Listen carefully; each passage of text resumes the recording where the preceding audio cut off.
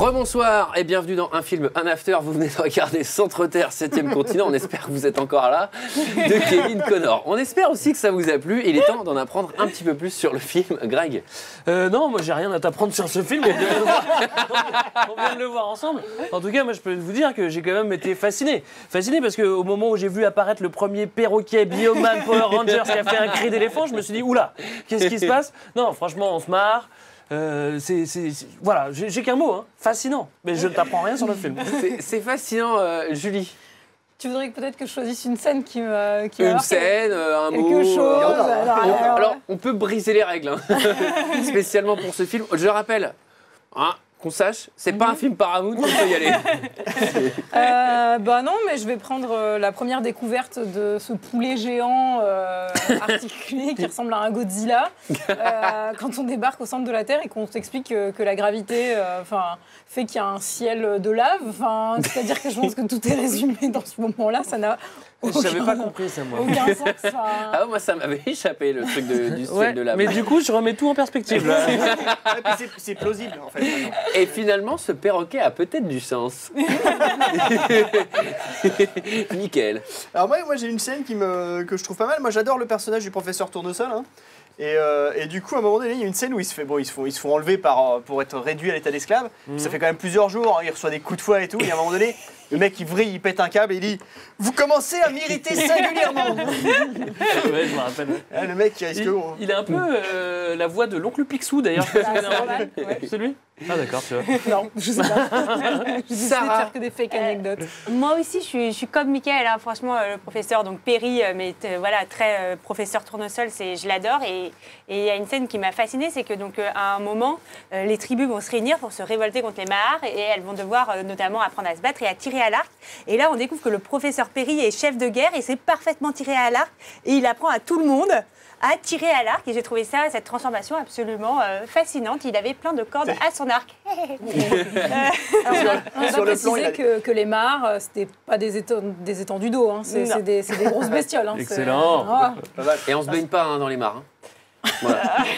Sophie le coq doré.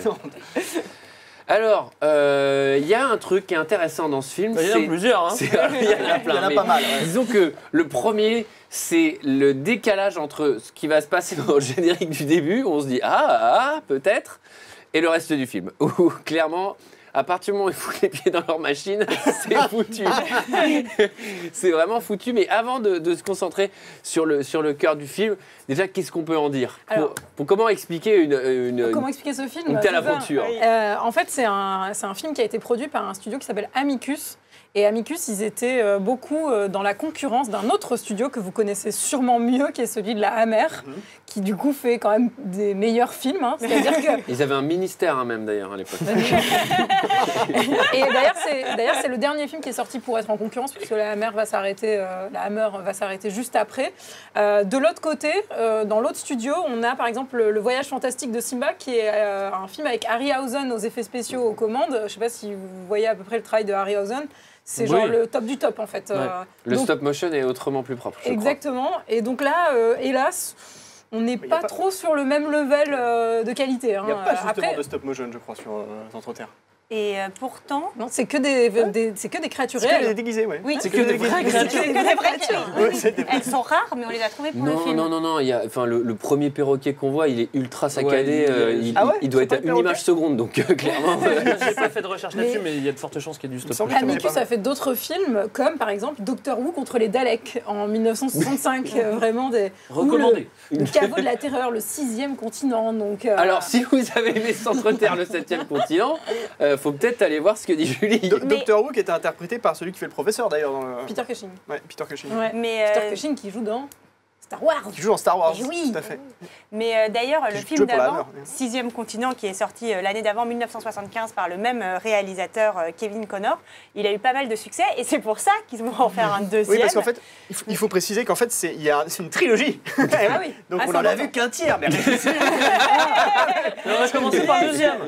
Alors pour bien comprendre, il faut vraiment toute la mythologie déployée dans le premier. Ouais, c'est 3 romans de Edgar Rice Burroughs, qui est connu pour être le père de Tarzan. Alors, Ah oui. je t'arrête, il en a fait ses 7 romans. Ouais, en 7 fait. volumes. Mais il y en a 3 qui sont adaptés par. Le Pellucidar, ça Et oui, s'appelle. exactement. Et c'est vrai que son fils a été élevé par des singes. Là, ça va. C'est le père de Tarzan. Ouais. Du coup, Connor, il en adapte 3. Donc le 6e continent, Ouais. Centre-Terre, qui est le 7e Ouais. continent, et ensuite le continent oublié. Bah, c'est le 8e. Bah oui, mais c'est pour ça que c'est le dernier. Alors, Parce qu'on l'a je vous vu. avoue que pendant tout le film, je me suis dit, mais attendez, il n'y a que 5 continents.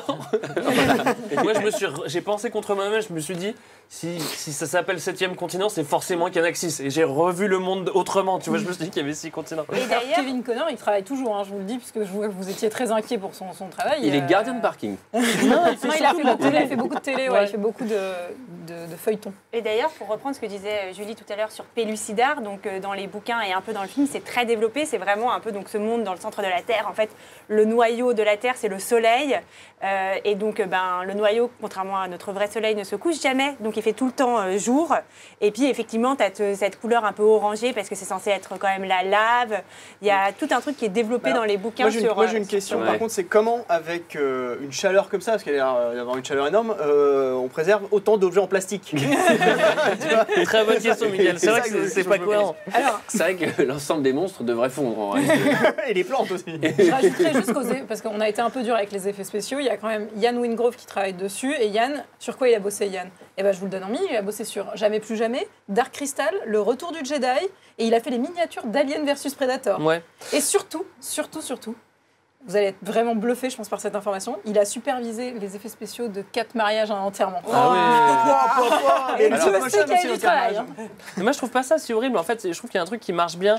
Tu vois, tout est basé sur la lumière. En fait, il y a du carton-pâte. Évidemment, il y a des monstres en carton-pâte, il y a des plantes en carton-pâte. Et derrière, tu as une lumière soit très très rose, soit très très verte.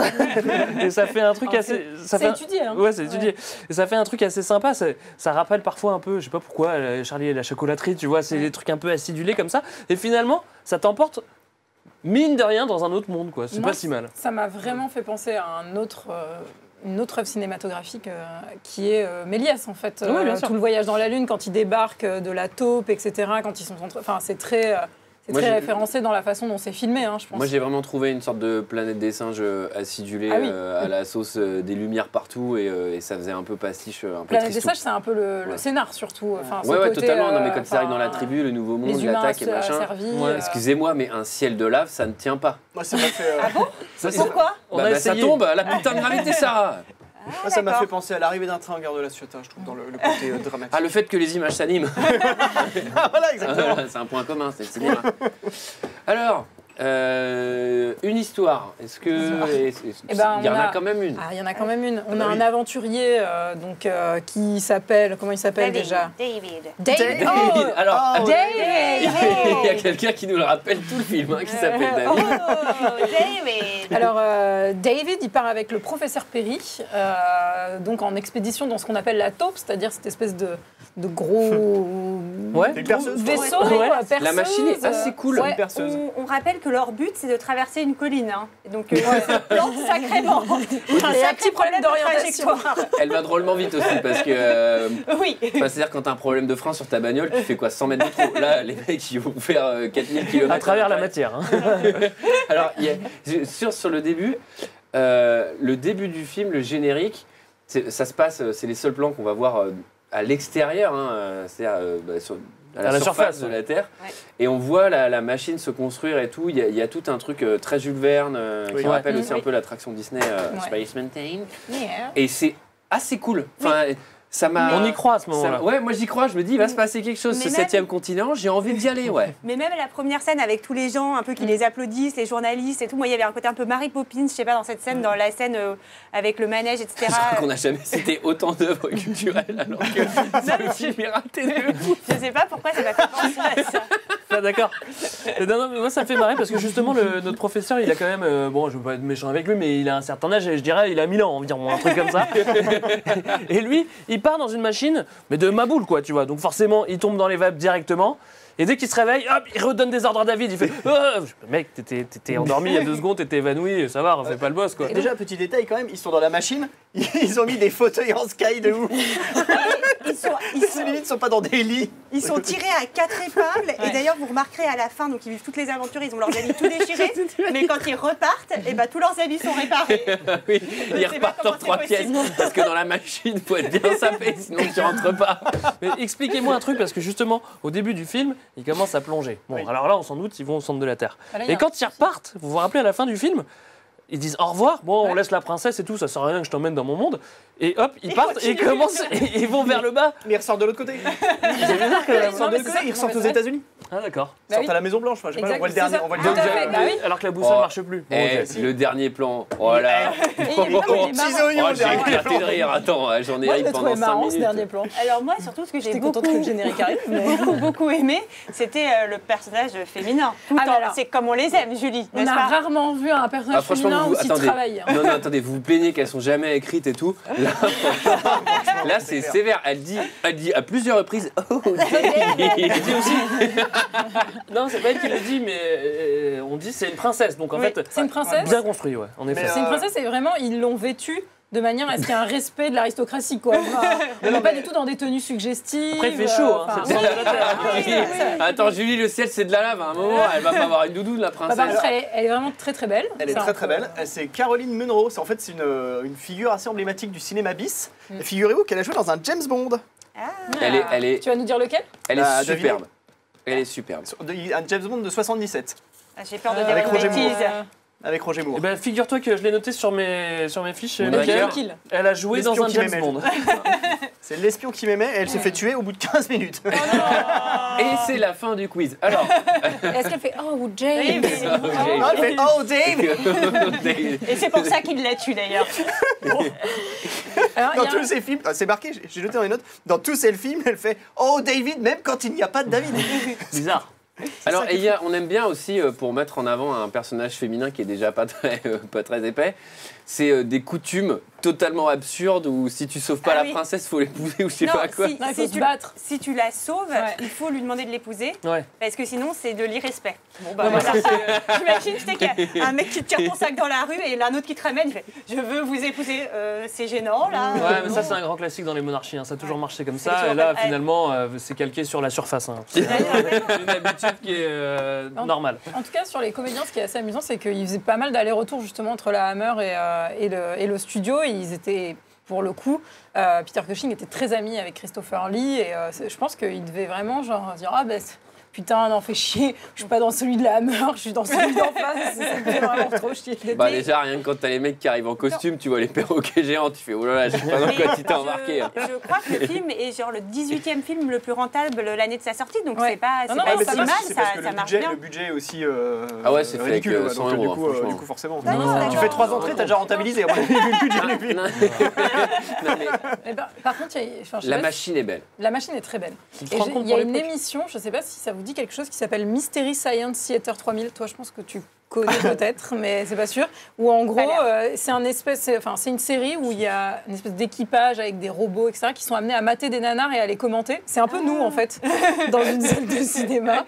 Et enfin, Netflix a relancé la série il y a quelques années, et ça a été, en fait, ils l'ont traité dans cette émission, D'accord. enfin, Bon, qui est alors, presque un film, un after de Netflix, au Voilà, je final. sais pas vous en parler, mais voilà, c'est moi qui vais le faire et c'est pas avec vous. Donc. Alors, Il y a Sarah. d'autres personnages. Oui, il y a Très d'autres intéressant. personnages, il y a un bah peuple, oui. alors il y a un peuple moche, moi je l'ai appelé comme ça, mais ils ont... ils- C'est bien, on dirait qu'ils ont des masques effectivement de singes, type un peu Planète des singes. Ouais, ça ressemble un peu, hein, quand même. Ouais, avec des belles roues flaquettes, on dirait les mines Motorhead. tu sais. En fait, tu as un peu les humains singes qui sont les esclaves des un peu dieux, qui sont eux les mares. Et moi, j'aimerais m'arrêter sur ces mares, ces espèces Oui. Je d'oiseaux voudrais dieux. m'arrêter. Arrêtez. Sachant que c'est pas très bien fait dans le film parce qu'il y a des allusions un peu sexuelles, etc. dans le traitement des femmes. Mais en fait, ce sont toutes des femelles, les mares, et elles savent se reproduire entre elles. Dans les livres, Ouais. c'est ce qu'on apprendra. Ah bon Et ouais, bravo. Wake up, hein, les meufs hein. Et surtout, moi j'ai trouvé qu'on disait que ces petites bêtes, elles voyaient tout, elles étaient omniscientes, etc. Elles sont toutes nulles, non, dans le film Ouais. Elles sont toutes nulles, elles voient rien surtout. Ah. Non, elles sont complètement aveugles. Alors, faut revoir la définition d'omniscience parce que, oui, non, là c'est plutôt de la monoscience. Ce qu'il y a devant Mais elle, si, elle c'est dit dirigent quoi. quand même à un moment donné leur Oui. armée de singes à l'œil. Mais Au doigt ça- et à l'œil d'ailleurs. Ah ouais, sachant qu'il y a un vieux pépé qui fait du tir à l'arc, il les déglingue. Donc, Je suis content que tu donnes toutes ces précisions parce que moi j'ai trouvé que c'était un peu la déception du film. Je trouvais que ces perroquets ils servaient à rien et qu'en plus on savait rien d'eux. Qu'est-ce qu'ils font dans la vie, qu'est-ce qu'ils mangent, voilà, comment ils se reproduisent, tu nous as éclairé là-dessus. Eh oui. Et moi j'ai une très grande question. Pourquoi il y en a certains qui explosent quand ils tombent et d'autres non tu vois. Ça c'est quand même bizarre. Question d'âge. Et j'ai une autre question parce que c'est une question de diabète. il y en a qui ressemblent à des perroquets, mais il y en a qui ressemblent à des rhinocéros. Surtout, à un Oui. moment, il y a une bataille entre deux Et avec c'est des grandes multi- cornes. C'est Et... pas- multirace, bien non, sûr. mais c'est pas les mêmes. Il y a les mares et puis après il y a tous les vieux animaux, les dinosaures. Ah oui, ça c'est etc. pour la C'en suite. est- mais c'est d'autres Mais tu races. l'as lu Ah bien sûr, moi j'ai lu les 7 tomes, j'adore. Non. Mais je pense que le film n'est pas à la hauteur du bouquin, alors Ouais. sans avoir lu le bouquin, mais en tout cas dans le bouquin, tu as des précisions intéressantes parce que là, quand même, Mais- tu as des types qui rentrent dans une machine et qui arrivent dans un monde de couleurs, mais vraiment éclairé à la light, ça se voit à fond, qui sont attaqués par des rhinocéros géants ou des perroquets géants en plastique. Et en fait, Ouais. il y a une mythologie qui est pas trop déployée. Ce qui est, Bah, mythologie Ouais. qui n'est pas trop déployée. Après, on a quand même un coup de chance, c'est que ceux qui se rapprochent le plus des humains et qui vivent en dessous, ils ont des têtes d'humains et ils ressemblent à des humains et ils parlent anglais. Donc c'est coup de chance. Parce que sinon, s'il y avait une mythologie, on aurait pu dire Mahar, ils auraient rien compris. Là, coup de chance, ils parlent la même langue. Donc on l'a échappé. Mais belle. après, pour l'époque, c'est quoi? C'est 76? Oui. Ouais. 76, c'est quand même. C'est la fin de ce genre de film hein, aussi. Oui. hein. Ouais, mais attends, c'est pas un film des années 40, quoi. Hein. C'est quand même. On voit que c'est un film qui a pas beaucoup d'argent parce que je pense qu'en 76, on peut faire nettement mieux. Après- Mais je crois qu'il y a une version, pardon Greg, je reviens sur ce que tu disais sur la langue, je crois qu'il y a une version alternative où ils arrivent dans le futur avec la taupe et en fait il y a la statue de la liberté, je crois, au centre de la Terre à un moment, non? Non, mais en tout cas, moi, j'ai quand même trouvé, un point positif de ce film, je trouve que c'est le côté très second degré, très professeur tournesol, la relation entre les deux personnages, le professeur qui a son petit parapluie, etc. Moi, j'ai trouvé ça plutôt amusant. Voilà. Oui, c'est amusant. Mais- Mais c'est un nanar. Hein, après, Mais voilà, c'est un peu mais bizarre, c'est- hein, c'est on l'a un pas nanar. C'est encore, plutôt quand je dis raté, c'est que vraiment, sur papier, ça pouvait faire quelque chose de bien. Et je pense que voilà, le manque de moyens et peut-être de temps et d'ambition. Et voilà, faire un film ça, Paramount, tout j'ai le droit d'y aller. Manque de moyens, il y a d'ailleurs un acteur qui a perdu un doigt Oui. dans une séquence C'est vrai, c'est fou. de combat. Ouais, ouais, ouais. Ouais. Mais il était en plastique. Donc ça... C'est un perroquet. Alors, c'est le Alors, moment de juste, mettre. juste un petit mot sur le Non, non, l'acteur non, principal. Mickaël, c'est. Non, je rigole. Un petit mot sur l'acteur principal, sur David. Dave, Oh, Duke David. McClure. Le mec, le mec est. t'as pas fait de vanne, Michael, sur son nom, je suis assez étonnée. Bah ouais, c'est vrai. McClure. Le mec, McClure. Le mec, il a commencé avec Mitchum en 57 dans Torpille sous l'Atlantique, un film de guerre. Mais qu'est-ce Il que a tu continué- racontes là il a continué avec John Huston dans Le Vent de la Plaine. Ensuite, il se retrouve en compagnie de James Stewart dans un western qui s'appelle Les Prairies de l'Honneur. Et le mec, il fait Centre-Terre. C'est un colosse, hein, par contre. hein. Et il a inspiré un personnage des Simpsons. Ah. Troy, je crois que c'est Troy, ouais, c'est Troy Ah, c'est McClure. Troy McClure, il est inspiré Ouais, de lui. il est inspiré de lui. Ah, Tu ça veux dire m'étonne pas, il a le un mec qui veut se castagner avec tout le monde parce que c'est vrai que ce gars-là arrive au centre de la Terre, c'est-à-dire l'endroit le plus hostile du monde, il va se castagner avec tout le monde et il va draguer directement la princesse. Et dans le livre, Homologue. il finira empereur du monde. Ah bah voilà. Alors, c'est le moment de mettre un avis chiffré sur le film. Mesdames, messieurs, vos ardoises cartonnées. La partie notation, The Notation Party. Centre-Terre, 7e continent. Il faut maintenant passer aux notes. Ouais. Mesdames, messieurs, de 0 à 5, virgule non accepté. Allons-y. Ah, j'ai choisi ce film. Je me suis marré. C'était joli. Je mets 5, c'est tout. C'est aussi simple que ça. Tu fais un bon film, t'as 5. Voilà. 5. 5. Julie. Eh ben, il se trouve que... Qu'est-ce Non, qui mais se c'est du passe sabotage. Non, mais c'est du sabotage. Non, on aime bien, on aime bien. Bah non, mais je trouve que c'est des belles couleurs, puis c'est un film qu'on peut regarder sur la Paramount. Moi, je vous rappelle que je touche de l'argent à chaque fois que je mets des bonnes notes, donc de toute façon... Non, mais pour la peine, j'ai vraiment envie que vous le remettiez là et que vous soyez obligés de le revoir. Tous ceux qui ont mis 5, ils le re-regardent ce soir. Ah, d'accord. Non, en Cinq. vrai, je plaisante, je mets 2. Je mets 2. 2. Michael. Ça va être un peu la même, c'est-à-dire que bon, c'est un bon nanar, c'est plaisant, on rigole. Du coup, 5. C'est que la première note qui compte, Julie. Donc ça fait 5, 5. Sarah, on peut faire un doublé, on peut faire la meilleure note de l'histoire. Ouais, mettre zéro. de notes. T'as le droit de changer de note jusqu'au dernier moment. Eh ben non, je ne supporte pas, c'est faux. Moi, je mets 0 pour contrebalancer mes petits camarades. Ah, Sarah, on aurait pu faire le quadruplé magique. Ah, ça aurait été bien, Ça enfin. aurait été bien. Allez, 20 sur 20 pour Centre-Terre. Non, et 0, donc ça fait 5. 15 divisé par 4. Enfin, encore une fois, c'est super difficile. Non, allez, on va dire que Jules a mis 2. Ça fait 12 divisé par 4. Ça fait 3. Une note de 3 sur 5. Qu'en pensent les gens d'Internet? Et les gens qui n'y connaissent a priori rien du tout Internet. Restez sur la télévision. Eh ben c'est marrant, ils ont un peu moins aimé que nous. Non, ils ont mis 2,6 de moyenne sur 5, Bon, je comprends pas. ce qui est pas si On les mal. comprendra jamais, ces gens d'Internet. Je vous ai choisi 4 petits commentaires de différents niveaux. Le premier est 4 étoiles. Film que l'on peut prendre pour un navet au premier degré. Effets spéciaux rudimentaires, jeu d'acteur débutant entre parenthèses, point d'interrogation, style 1920 burlesque, ou alors prendre le parti, comme Greg, d'en rire au énième degré en le voyant comme un pastiche. Un bon moment à ne regarder qu'une fois. Voilà. Oui, bah. Quand même. Ensuite, je passe à 2 commentaires 2 étoiles. Tout à fait d'accord avec le commentaire précédent. La question à se poser est, doit-on prendre ce film au premier ou au 10e degré? D'où la difficulté de porter un jugement sur ce film et d'y donner une note. Au premier degré, le film est médiocre. J'aime beaucoup les commentaires qui se répondent parce que j'aimerais bien qu'il y ait une centaine de commentaires et c'est hey, salut, t'habites où est-ce qu'on peut se rencontrer et tout. Je vous ai pas mis toute la conversation. Un autre 2 étoiles. Un jeu d'acteur insignifiant, voire risible. Caroline Monroe, très bonne au demeurant, mais vraiment nulle.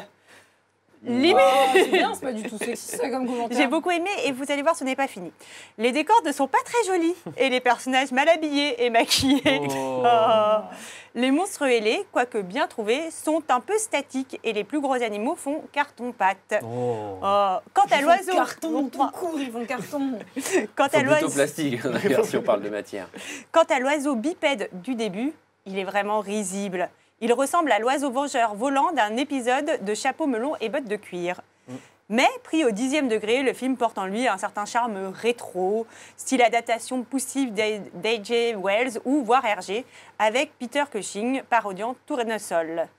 Le rire est quand même assez gênant dans ce type de film, mais Monroe est une bombe. C'est oui. bien qu'il en rajoute. Ouais, c'est bien qu'il en reparle parce que Voilà, déjà on la l'avait première oublié. fois c'était pas mal. On est content. Et pour finir, 0 étoile, je suis désolée, je finis sur du négatif. Ah, c'était des 5 étoiles tout ça là. Non, c'était 2 étoiles. Les pires effets spéciaux que j'ai jamais vus. Foutage de gueule, même pour l'époque du bon nanar, quoi. Oh alors, bon, voilà Dur, qui dur. met fin à cette émission. Merci à vous de nous avoir suivis jusque-là. Pour revenir sur les 3 questions du début. Centre tiers, 7e continent est-il un voyage fantastique? Fantastiquement nul. Alors, 7e continent, quels sont les 6 premiers déjà? La France et les 5 autres. Ce film est-il scientifiquement précis? C'est très précis. Einstein lui-même s'en est beaucoup inspiré pour ses travaux sur la relativité restreinte. Merci à tous. On se retrouve le mois prochain pour un autre film. Ciao!